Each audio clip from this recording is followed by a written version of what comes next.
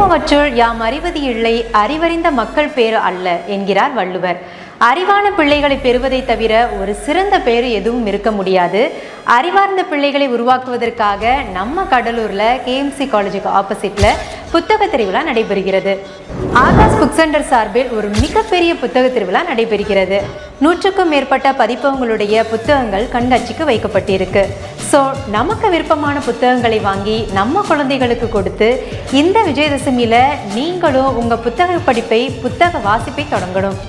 அது மட்டும் இல்லாமல் திங்கட்கிழமையிலிருந்து வெள்ளிக்கிழமை வரைக்கும் குழந்தைகளுக்கு நிறைய திருக்குறள் போட்டி, பேச்சு போட்டி, கட்டுரை போட்டி, வினாடி வினா போட்டி நடத்துகிறாங்க. இந்த போட்டியில் உங்கள் குழந்தைகளையும் கலந்துக்க சொல்லிட்டு இந்த விஜயதசமி நாளில் அவங்களுடைய படிப்பை மேன்மேலும் பெருக செய்வதற்கான ஒரு வாய்ப்பு நீங்கள் தேடுங்க.